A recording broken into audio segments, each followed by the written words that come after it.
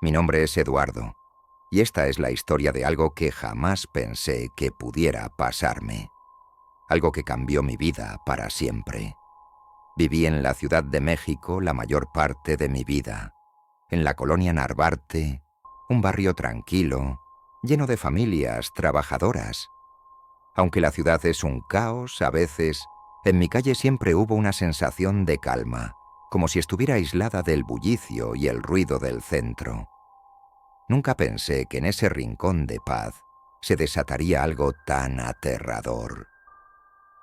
Todo comenzó la noche del 28 de octubre de 2014, cuando la temperatura empezó a descender y las calles se llenaron de una niebla espesa. Era un viernes, y recuerdo que ese día regresé tarde a casa, porque tuve que quedarme horas extras en el trabajo. Estaba cansado, pero también quería distraerme un poco, así que decidí caminar por el barrio. La niebla hacía que todo pareciera distinto, y aunque ya no había pasado por esas calles miles de veces, esa noche todo se sentía diferente. Caminé hasta el viejo parque que estaba a unas cuadras de mi casa. Era un parque pequeño, con columpios oxidados y bancas destrozadas por el tiempo. Casi nadie lo visitaba, y por alguna razón me atraía esa soledad. Me senté en una de las bancas a observar cómo la neblina envolvía todo, distorsionando las luces de los faroles. No sé cuánto tiempo pasó antes de que la viera. Al principio pensé que era una sombra, un truco de la luz y la niebla, pero poco a poco noté la figura de una mujer. Estaba parada al otro lado del parque, cerca de un árbol grande y torcido que siempre había estado allí, pero que esa noche parecía más siniestro. Llevaba un vestido largo, blanco, pero lo que más me llamó la atención fue que no se movía. No caminaba, no hacía ruido. Solo me miraba, o al menos eso parecía. Sentí una incomodidad creciente en el estómago, una especie de advertencia de que algo no estaba bien. Decidí no darle importancia, pensando que quizás era alguna vecina o alguien que simplemente había salido a pasear. Me levanté de la banca y comencé a caminar de vuelta a casa. Pero cada vez que volteaba, la figura de la mujer seguía ahí, inmóvil, en el mismo lugar. Al llegar a casa, traté de olvidarme de lo sucedido. Me preparé una cena rápida y antes de ir a dormir, revisé las redes sociales para distraerme, pero la imagen de la mujer no se borraba de mi mente. Había algo en ella que me perturbaba profundamente. Esa noche fue cuando todo, realmente, empezó. Desperté a las 3 de la mañana, completamente cubierto de sudor, con una sensación de que alguien me estaba observando. Miré alrededor de mi habitación, pero todo estaba en su lugar. Traté de convencerme de que solo era mi mente jugándome una mala pasada. Pero justo cuando estaba a punto de volver a dormirme, escuché un ruido proveniente de la sala. Era un susurro, débil pero claro, como si alguien hablara muy despacio desde el pasillo. Mi corazón empezó a latir con fuerza. Me levanté lentamente de la cama y abrí la puerta de mi habitación. Todo estaba oscuro, salvo por la tenue luz de la luna que se colaba por las ventanas. Avancé hacia la sala, tratando de no hacer ruido. El susurro continuaba, pero no podía entender qué decía. Parecía lejano, como si no perteneciera a este mundo. Al llegar a la sala, encendí la luz rápidamente, esperando encontrar algo, pero no había nada. La sala estaba vacía. Me quedé allí, inmóvil, con los nervios de punta. Finalmente, convencido de que todo había sido producto de mi imaginación, apagué la luz y regresé a mi cama. El problema fue que esto no terminó ahí. Esa misma sensación de ser observado, esos susurros, continuaron noche tras noche. Pero lo peor fue que cada vez que salía de mi casa, la veía. La misma mujer, con su vestido blanco, parada en diferentes lugares, a veces en la esquina de mi calle, otras veces en el parque, otras incluso enfrente de mi casa, siempre inmóvil, siempre observándome. Comencé a preguntarme si me estaba volviendo loco. Nadie más parecía verla. Le pregunté a mis vecinos, a mis amigos, y todos me decían lo mismo. No habían visto nada raro. Pero yo sabía que ella estaba ahí. Lo sentía.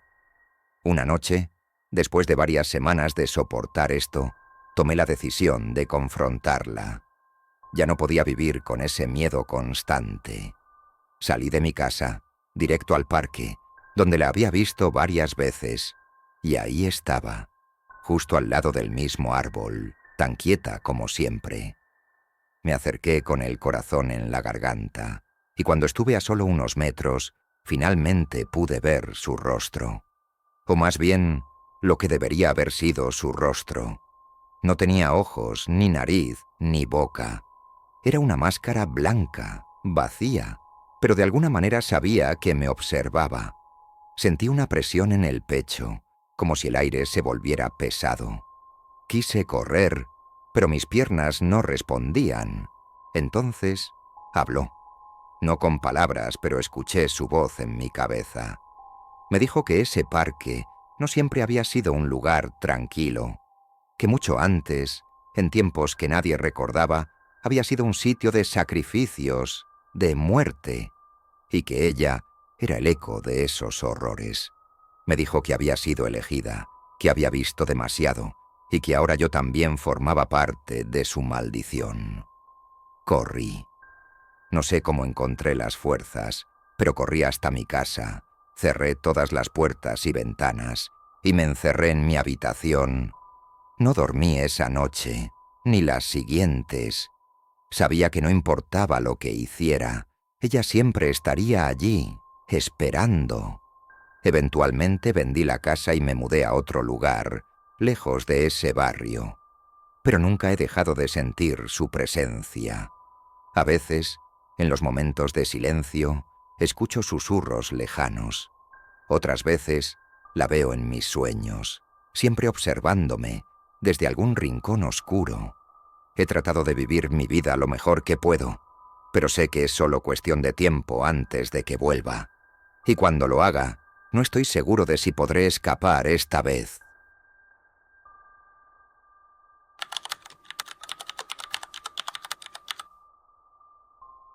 Mi nombre es Antonio Martínez y nací y crecí en Guerrero Negro, un pequeño pueblo en Baja California Sur, México. Mi familia y yo vivimos allí durante la década de 1970, una época que, para muchos en el pueblo, se convirtió en una pesadilla interminable. La historia que voy a contarles es la que nos atormentó a todos, una historia real y desgarradora que marcó para siempre nuestras vidas. Era el año 1971, cuando las desapariciones comenzaron a ser noticia en Guerrero Negro. El pueblo, entonces, un lugar en expansión gracias a las salinas, estaba lleno de vida y actividad. La economía local florecía, pero debajo de la superficie, una sombra oscura se estaba gestando. Juan Corona, un hombre robusto que trabajaba en las salinas, parecía ser parte de la comunidad, pero pronto se revelaría que su presencia ocultaba una realidad mucho más siniestra. Al principio, las desapariciones parecían ser simples desapariciones de personas que decidieron alejarse de sus vidas. La vida en un pueblo como Guerrero Negro era dura, y no era raro que algunos decidieran buscar nuevas oportunidades en otros lugares. Sin embargo, cuando la frecuencia de estas desapariciones aumentó, la preocupación se convirtió en alarma. Recuerdo claramente la primera vez que escuché el nombre de Juan Corona. Era una tarde calurosa, y mi madre estaba sentada en la cocina con las vecinas, hablando en voz baja. Me acerqué para escuchar de qué hablaban. El nombre de Juan Corona surgió en la conversación. Era un nombre que antes no me había llamado la atención, pero ahora sonaba ominoso y cargado de misterio. Juan era conocido por ser un hombre reservado, alguien que se mantenía al margen de las conversaciones y actividades sociales. A medida que pasaban las semanas, La comunidad se volvió cada vez más inquieta. La desaparición de varias personas, todas ellas trabajadores de las salinas o residentes cercanos, empezó a tomar un tono más oscuro. Los rumores comenzaron a circular y pronto la gente empezó a hablar sobre la posibilidad de que un asesino estuviera acechando en nuestro pueblo. En ese momento, la policía local, desbordada por la magnitud del problema, solicitó la ayuda de las autoridades estatales. El pequeño departamento de policía de Guerrero Negro no estaba preparado para enfrentar una serie de crímenes de esta magnitud. Los agentes comenzaron a investigar a fondo, interrogando a vecinos y familiares de las personas desaparecidas. Fue entonces cuando los testimonios comenzaron a apuntar hacia Juan Corona. Una tarde, la policía local encontró los primeros restos humanos en un terreno baldío cerca de las salinas. El hallazgo fue espeluznante. Los cuerpos estaban descompuestos y parcialmente enterrados. El descubrimiento fue un golpe devastador para todos nosotros. La noticia se propagó rápidamente y el miedo se apoderó del pueblo. La gente comenzó a evitar las áreas donde se había hecho el hallazgo, y las noches se volvieron especialmente inquietantes. Las investigaciones iniciales apuntaron a varias pistas, pero fue cuando se descubrieron más cuerpos en el mismo terreno que el nombre de Juan Corona empezó a salir a la superficie con mayor fuerza. Se encontraron testimonios de que él había sido visto en los lugares donde las personas desaparecidas habían sido vistas por última vez. Además, algunos trabajadores recordaban haberlo visto llevando a sus compañeros de trabajo a lugares apartados. Estos testimonios, aunque no eran pruebas directas, ayudaron a la policía a centrar su atención en él. La policía decidió interrogar a Juan Corona. En esa época, él era conocido por su trabajo arduo y su carácter reservado, pero nadie habría imaginado que estaba detrás de algo tan terrible. El primer interrogatorio fue desconcertante. Juan se mostró tranquilo y evasivo. A pesar de que no había pruebas concretas, la policía comenzó a reunir más evidencia circunstancial que lo vinculaba con las desapariciones. A medida que la investigación avanzaba, las piezas del rompecabezas empezaron a encajar. Se descubrió que Juan Corona había estado en contacto con varias de las víctimas antes de sus desapariciones. Además, su comportamiento extraño y sus respuestas evasivas durante el interrogatorio comenzaron a levantar más sospechas. En un giro escalofriante, la policía encontró más cuerpos enterrados en la misma área. La brutalidad de los crímenes fue más allá de lo que nadie había imaginado. Las víctimas eran hombres que habían trabajado en las salinas o en los campos cercanos. Los cuerpos estaban mutilados y en estado de descomposición avanzado. La evidencia sugería que Juan Corona había llevado a sus víctimas a un terreno apartado con promesas de trabajo o ayuda adicional, solo para asesinarlas y deshacerse de sus cuerpos de manera metódica. El pueblo estaba en estado de shock. Las calles que solían ser animadas y llenas de vida ahora estaban vacías y silenciosas. La gente evitaba salir después del anochecer, y el miedo se reflejaba en cada rostro. Las noticias sobre Juan Corona se difundieron más allá de las fronteras de Guerrero Negro, y el caso atrajo la atención de medios de comunicación nacionales e internacionales. El juicio de Juan Corona fue un espectáculo sombrío que mantuvo a todo el pueblo en vilo. La sala del tribunal estaba llena de residentes de Guerrero Negro, ansiosos por ver cómo se impartía justicia. Durante el juicio, se presentaron testimonios desgarradores que describían en detalle los horribles crímenes que Juan había cometido.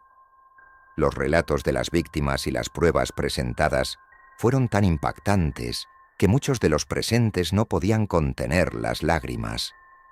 Lo más inquietante del juicio fue escuchar a Juan Corona durante su declaración. Había una frialdad inquietante en su forma de hablar sobre los crímenes.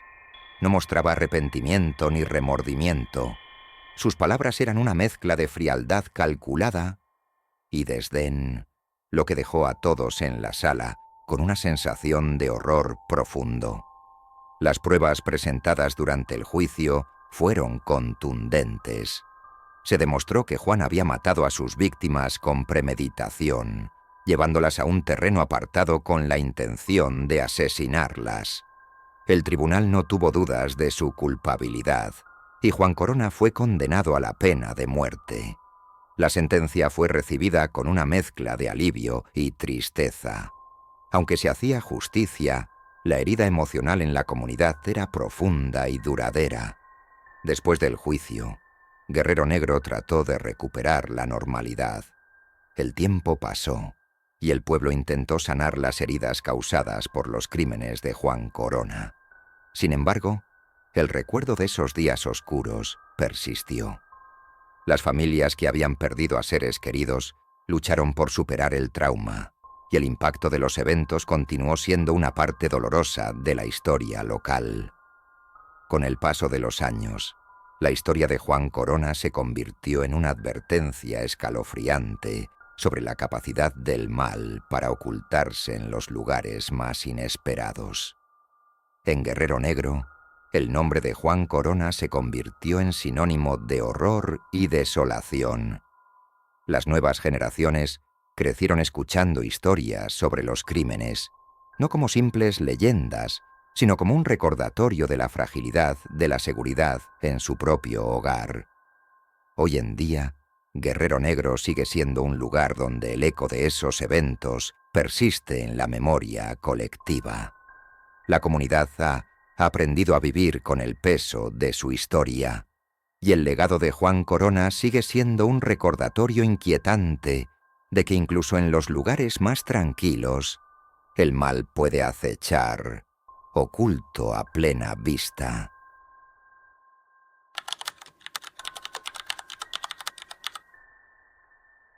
Soy Esteban Ramírez, y lo que estoy a punto de relatarles es una historia que se ha convertido en una sombra perpetua sobre mi vida y sobre el pequeño pueblo de El Salto, en Jalisco, México.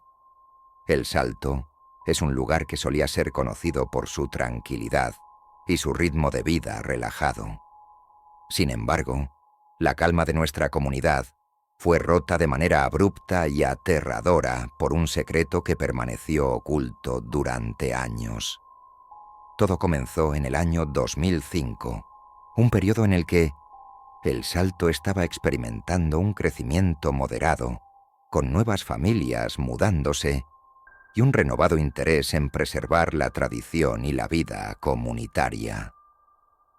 La familia Hernández era una de las familias más antiguas del pueblo. Don Alberto Hernández, el patriarca, era un hombre enérgico y de carácter imponente. Doña Luisa, su esposa, era conocida por su amabilidad, aunque también se había ganado una reputación de ser sumisa a su esposo. Roberto y Ana, los hijos de la pareja, eran bastante jóvenes en ese momento, pero sus vidas estaban a punto de cambiar de una manera que nadie podría haber previsto. La primera señal de que algo estaba mal con la familia Hernández surgió cuando comenzaron a ocurrir una serie de eventos extraños.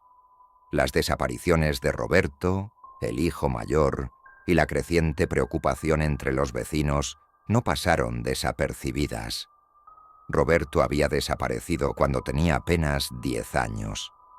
La versión oficial que se divulgó en el pueblo fue que Roberto se había ido a estudiar fuera del pueblo. Sin embargo, la verdad era mucho más siniestra. El Salto es un lugar donde los rumores y las historias se propagan con rapidez, y en este caso, los rumores empezaron a adquirir un matiz oscuro. Los vecinos comenzaron a notar que don Alberto estaba cada vez más errático y su comportamiento se volvía más peculiar. La familia Hernández se volvió cada vez más aislada, evitando el contacto con otros residentes del pueblo. Las visitas que solían ser frecuentes se volvieron esporádicas y breves. Este comportamiento despertó la curiosidad y la preocupación entre los habitantes del pueblo. Uno de los primeros indicios de que algo estaba profundamente mal fue un incidente que ocurrió en la primavera de 2005. Un grupo de niños estaba jugando cerca de la casa de los Hernández y, sin querer, uno de ellos lanzó una pelota que cayó cerca de una ventana que siempre estaba cerrada con persianas opacas. Los niños comenzaron a oír ruidos extraños provenientes del interior de la casa. Al principio pensaron que era parte del juego, pero los sonidos continuaron y se volvieron más inquietantes. Los gritos y el ruido de algo arrastrándose por el suelo llenaron el aire.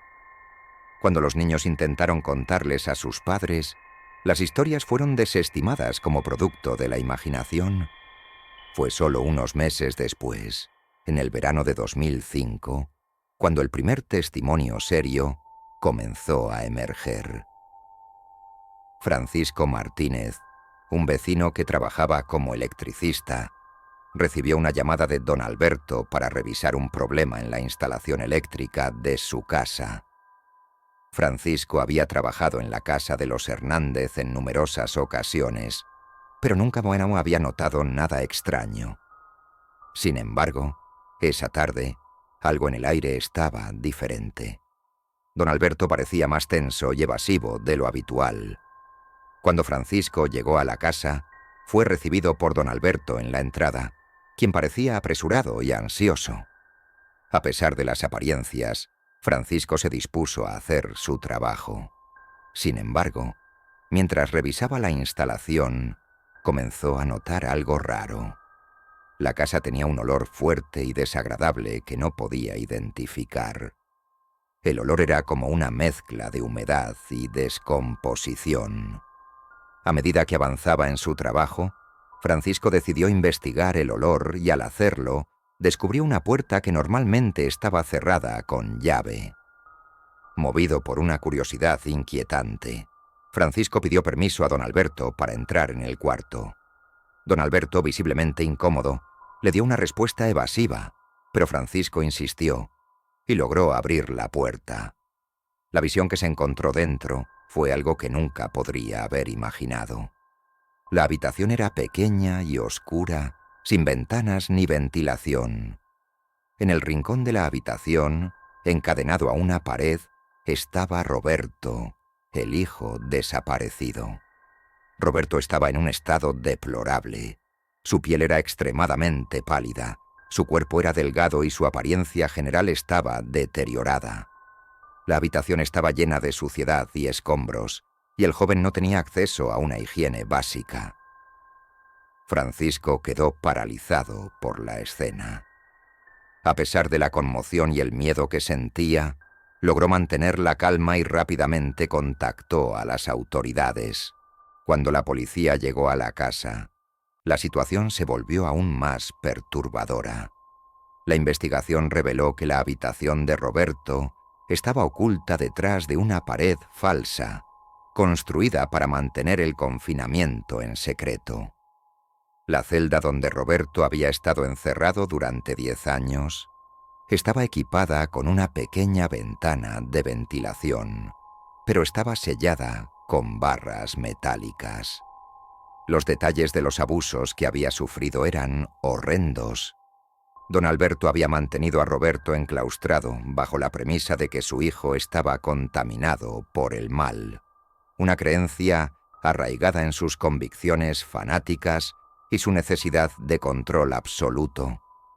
La policía descubrió que don Alberto había impuesto una serie de reglas y castigos crueles sobre su hijo.